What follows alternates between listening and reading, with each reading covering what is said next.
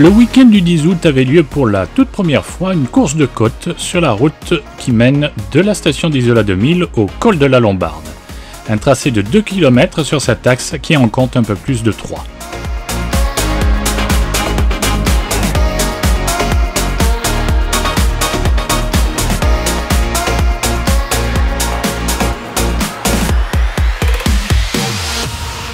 Alors Jean-Pierre, vous êtes commissaire. En quoi consiste votre travail ? Ça consiste à vérifier en préliminaire si la voiture est conforme au groupe et à la classe dans laquelle elle est engagée. Faire une vérification au niveau de la sécurité, baquet, extincteur, coupe-circuit, harnais, casque et équipement du pilote. Et voilà, après ça c'est un début de course et pendant la course on vérifie qu'il n'y a pas eu de modification pendant les périodes d'assistance ou entre deux montes de course. Voilà. Il y a une vérification après la course si le pilote gagne ou perd ? Il y a aussi des vérifications qui sont pas forcément obligatoires mais qui concernent surtout les premiers de classe et les premiers de groupe. Voilà, c'est à la demande de la direction de course. Merci.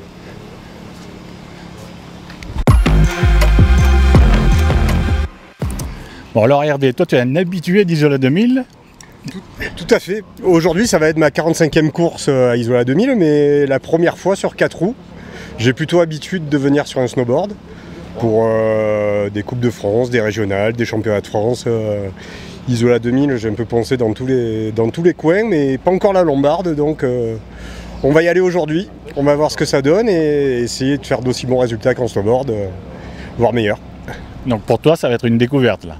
Ah, complètement, je ne connais pas cette route, on est super haut, donc les voitures vont peut-être avoir du mal à respirer. Et on va voir, mais très très content d'être à Isola 2000, qui est une station qui me tient énormément à cœur. Tu roules dans quelle catégorie ? Alors, je roule dans le groupe A et en classe 2, avec une Opel Adam qui est ici derrière. C'est une catégorie qui a une grosse préparation. C'est-à-dire ? Ouais, c'est-à-dire en préparation moteur, un peu plus costaud que d'autres. Ça, c'est une voiture carrément de rallye qui a été vidée pour faire de la côte. On a vidé toute la partie copilote pour l'alléger au maximum. Okay. Bonne route alors. Merci beaucoup.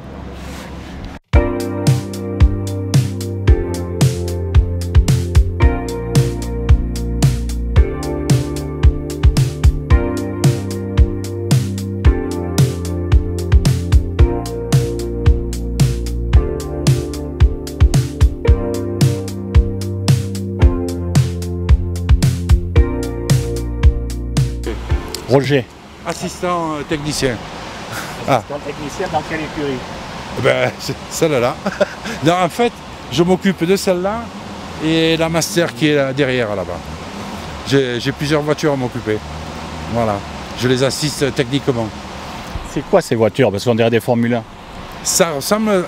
En fait, c'est la catégorie en dessous. C'est un peu une pyramide. Ça commence par des petites cylindrées et à mesure on monte, vous voyez ? Donc ça, c'est l'avant-dernier étage avant la Formule 1. Voilà. Et ça se pilote sur une route normale ? Éventuellement, ici, oui. Mais à la base, c'est fait pour faire du circuit. Voilà. Elles viennent toutes du circuit, en fait, qu'on adapte à la course de côte. Voilà. Vous avez quelques caractéristiques à me donner ? Oui. Là, c'est un 2 litres qui développe 300 chevaux. Ça pèse 500 kg, moyennement. Voilà, donc c'est intéressant à conduire. Voilà, c'est assez performant. Est-ce que les voitures, c'est sensible à l'altitude ? Vous qui parliez Très. Au niveau de la puissance moteur, on perd beaucoup de puissance en altitude. Voilà. Il y a un pourcentage au fur et à mesure qu'on monte. Je crois que c'est 10 chevaux tous les 1000 mètres. D'accord. Bon, là, ça reste quand même. Oui, mais bon. Il en restera assez. Il en reste suffisamment, mais on en perd un peu quand même. Voilà. C'est commun de trouver ce genre de véhicule sur une course de côte ? Oui. Il y en a... C'est vrai qu'il y en a de moins en moins. mais il est courant d'en avoir 10-15 sur la même course. Et puis il y a différentes catégories. C'est-à-dire là vous avez la catégorie la plus puissante, vous avez les formules Renault qui sont un peu moins puissantes et d'autres qui sont encore moins puissantes, mais qui sont chacune dans leur catégorie. Elles boxent toutes dans leur catégorie. Voilà. C'est un peu comme les boxeurs. Voilà. C'est réparti par poids, là c'est par puissance. Voilà. Voilà. Bon, ben merci. Je vous en prie. Donc vous êtes le pilote de cette machine. Voilà, le pilote de la Dallara numéro 2. Voilà. Bon, ça sera la première fois qu'on vient ici dans ce très beau paysage. Et voilà, on espère qu'on va se régaler.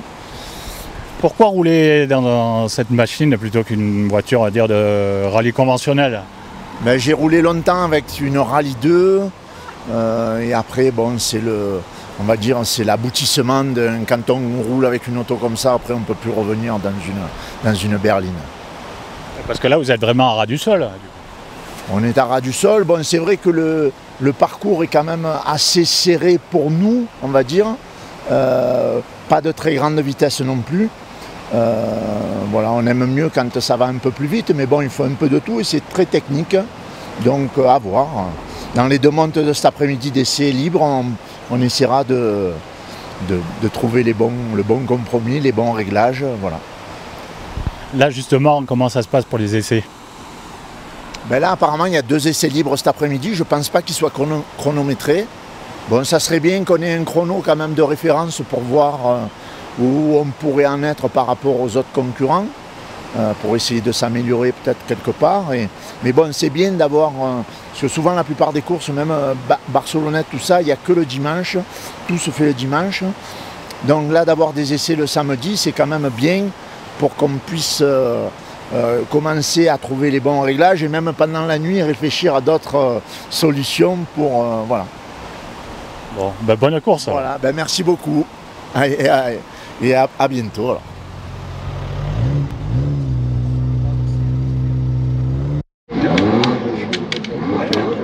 Philippe, alors vous venez d'où? Du Pradet, dans le Var. Bah, dans le Var, il y a pas mal de rallyes aussi. Oui, on en fait quelques-uns aussi, oui, bien sûr. Donc vous, je suppose que vous en faisiez souvent, vu la voiture. Oui, on essaye d'en faire 1 ou 2 par mois, oui. Alors, cette DS3, qu'est-ce qu'elle a de particulier par rapport à une voiture de série? Une voiture de série a la puissance qui fait aux alentours de 300 chevaux. On a 4 roues motrices, une boîte séquentielle. Et des suspensions spéciales, des freins spéciaux. Enfin, il n'y a plus rien à voir avec une voiture de série. Comment on se procure une voiture comme ça? Eh bien, on l'achète, mais ça coûte cher. Il faut travailler toute sa vie. Et du coup, vous faites ça pour la retraite comme passe-temps? Oui, c'est ma passion. Plus qu'un passe-temps, oui, c'est une passion. Ouais. C'est la première course de côte à Isola 2000. Alors, vous êtes venu ici par hasard? Comment ça s'est passé? Non, pas par hasard, parce qu'on a fait la course de côte de Barcelonnette et on a eu un prospectus comme quoi il y avait une course à Isola et puis on a dit on va la faire. Ça doit être sympa, et puis c'est pas mal, oui. Alors tout à l'heure, j'ai discuté avec un de vos collègues, on va dire, il disait que les voitures souffrent aussi de l'altitude. Ah oui, ça souffre parce que ça monte et il y a moins d'oxygène ici, là. Ça souffre beaucoup. Bon, du coup, vous pensez que ça devrait aller pour le... Ça marchera quand même, oui, bien sûr. On va tout faire pour. C'est le but. Mais oui, c'est le but. Bon, bonne course. Merci. Allez, go.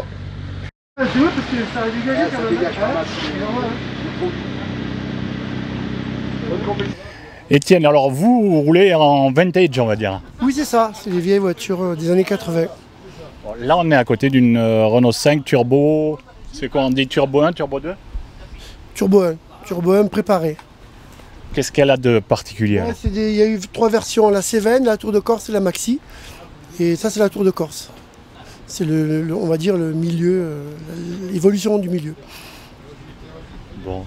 Et en gros, au niveau caractéristique, ça donne quoi? 300 chevaux, 900 kg, une voiture un peu vive à conduire, mais un peu dangereuse, mais bon... Oui, ça avait la réputation d'être... Je crois que Renault a arrêté le turbo à cause de ça, d'ailleurs. Ah ben, après, ils ont fait la Maxi, et la Maxi était plus évoluée, tenait mieux la route, le turbo déclenchait plus tôt, c'était un peu mieux, voilà. Ce qu'il faut dire aussi, c'est une propulsion. Oui, c'est propulsion. Puis c'est une voiture qui a 40 ans, quoi. Bon, Il n'y a pas d'électronique. voilà, et puis bon, ça tient la route, mais bon, un peu toute la route, on va dire. Il faut être entraîné, c'est une voiture qui demande de l'entraînement, quoi. Pourquoi rouler en vintage? Ouais, c'est ma génération. J'avais 20 ans à l'époque. Et c'est ça ou rien. C'est comme les gens qui aiment les Alpines, une berlinette. Justement, quand on a une voiture comme ça, qu'on fait une compétition, on n'a pas peur d'abîmer? C'est le problème. Le problème, c'est de rouler assez vite parce qu'on est là pour faire une course et ne pas la casser parce que c'est la priorité de ne pas la casser. Hein. Mais bon, on essaye de... Faut garder une marge, hein, c'est tout. Hein. Freiner un peu plus tôt, faire attention, de bons pneus. C'est une voiture, il faut de bons pneus. Vous êtes dans la profession? Vous êtes dans le métier? Non, j'étais mécano et voilà, oui, ben oui, sinon je serais pas là. Hein. Ça, c'est des voitures, c'est où vous êtes riche ou vous êtes mécano. Hein.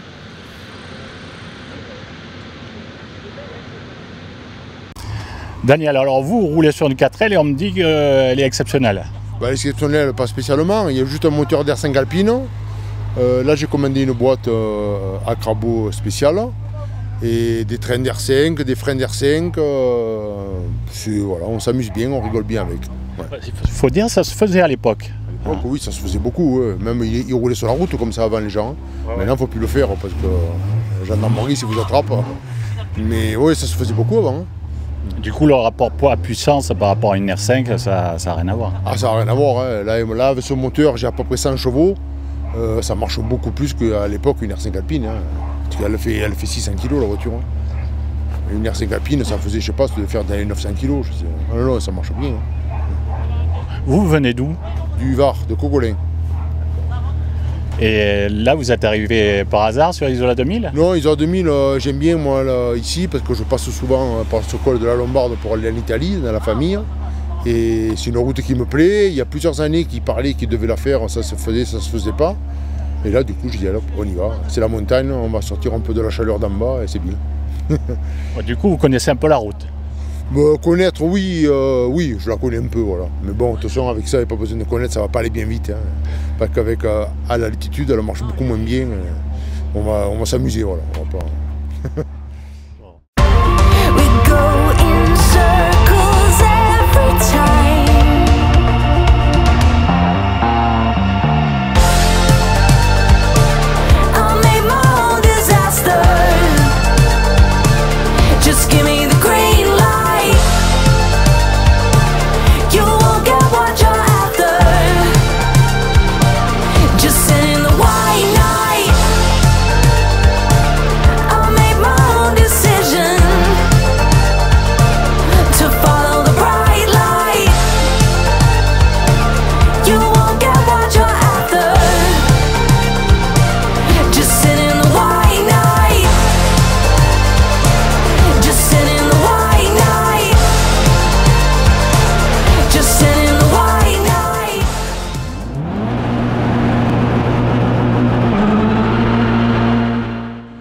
Nous débutons avec une découverte de ce tracé en compagnie de Gigo Hervé, numéro 42 sur Opel Adam.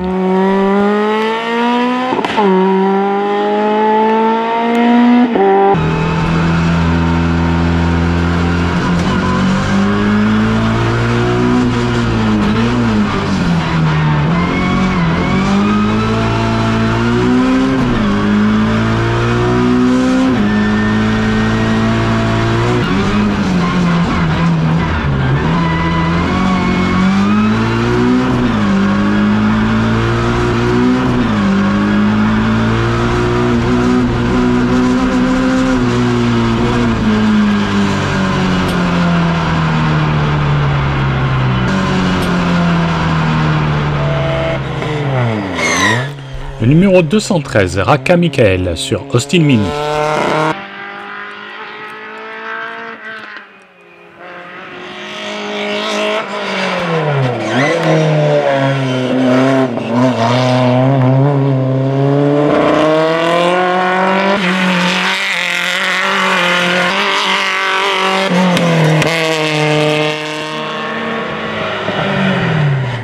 Le numéro 17, Massitano Alexandre sur Alpine A110.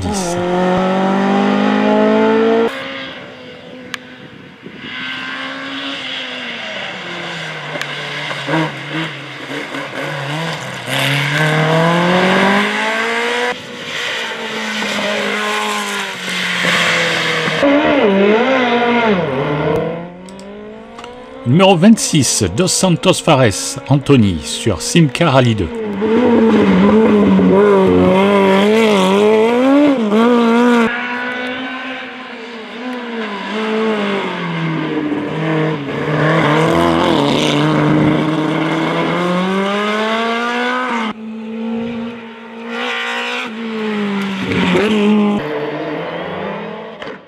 Numéro 33, Tripodi Ivan sur Mitsubishi Lancer.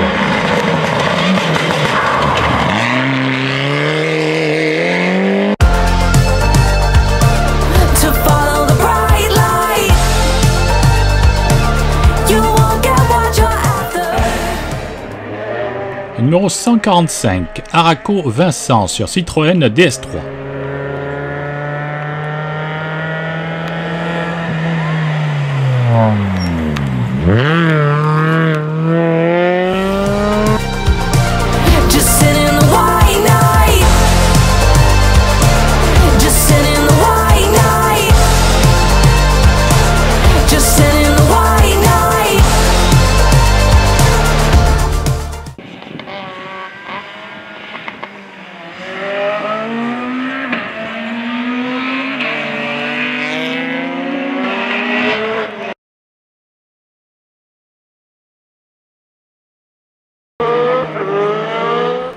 Numéro 15, Poselli Daniel sur Renault 5 GT Turbo.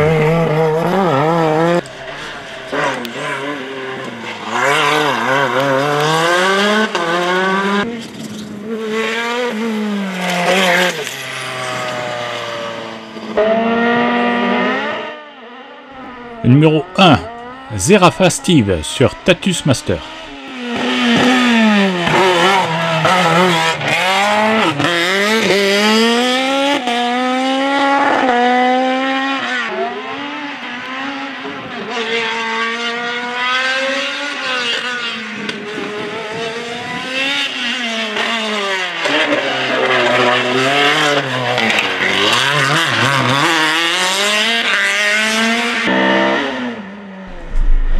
Numéro 201, Pelosi Claude sur Peugeot 405 MI16.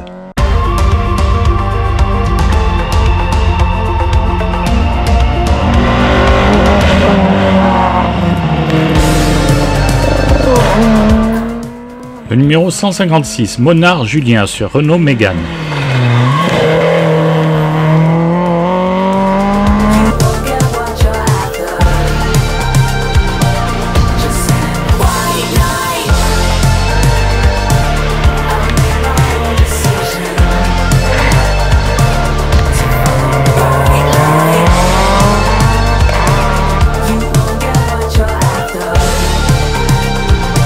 Numéro 204, Rosso Jean-Pierre sur Renault Super 5 GT Turbo.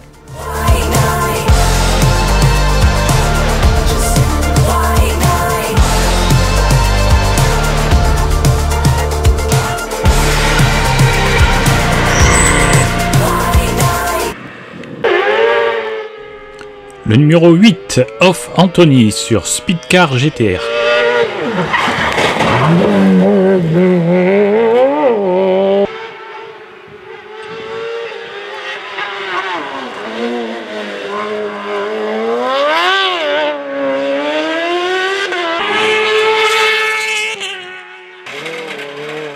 Le numéro 22, Débac Anthony sur Simca Rally 2. Simca qui est un acronyme en fait de Société Industrielle de Mécanique et Carrosserie Automobile.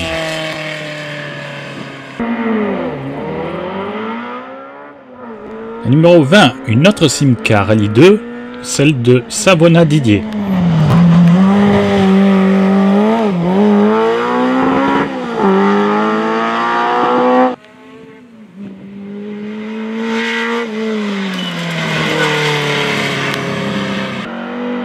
Numéro 205, Sivad Michel sur Talbot Sunbeam Lotus. Talbot, qui est un constructeur automobile français d'origine anglaise, la branche française devenue indépendante grâce à Anthony Lago, qui fut vendu à Simca en 1958, puis racheté par Peugeot en 1978.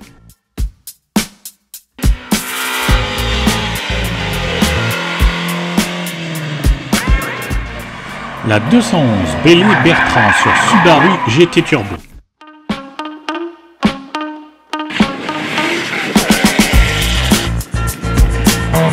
numéro 51, Parti Frédéric sur Renault Clio Ragnotti.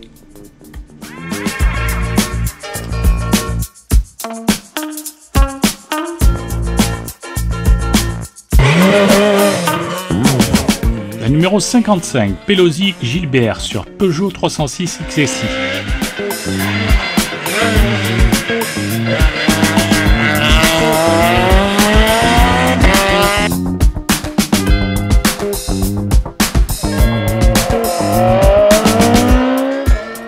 Le numéro 57, Mesano David sur Peugeot 205.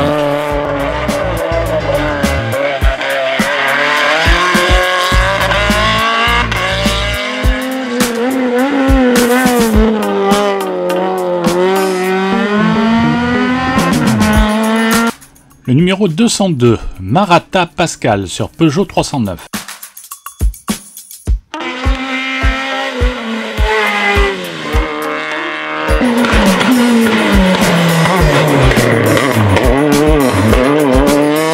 Le numéro 31, Seghetti Philippe sur Citroën DS3.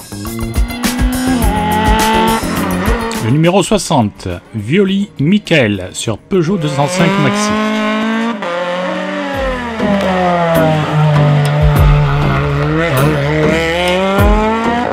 Le numéro 5, Lapic Rodolphe sur Norma M20B, moteur Honda.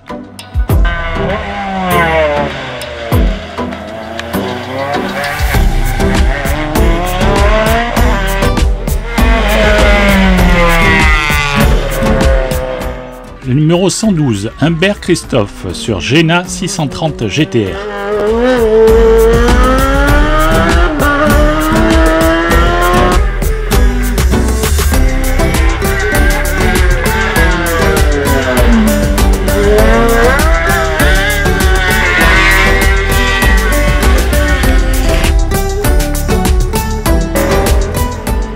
Le numéro 62, Gotha Christophe sur Peugeot 205 GTI.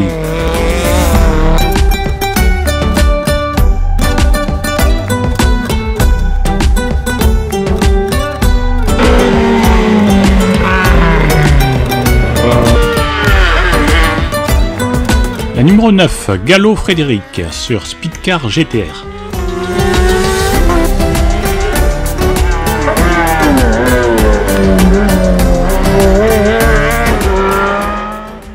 La numéro 16, Aurélie Etienne sur Renault 5 Turbo Tour de Corse.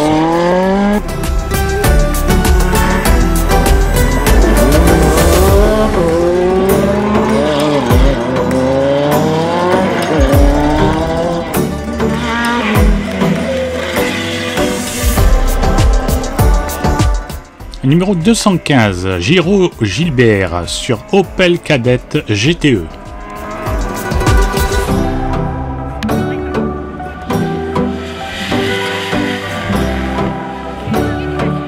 La numéro 210, Daniel Risso sur Renault 4L.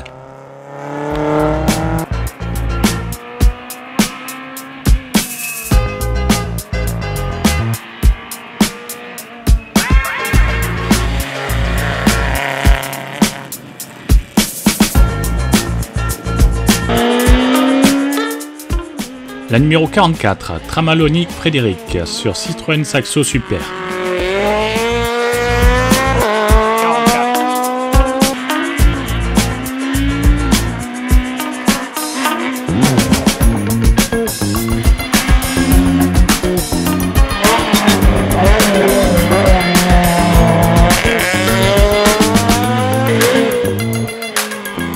Numéro 65, Sauvego Pierre sur Peugeot 205 Rallye.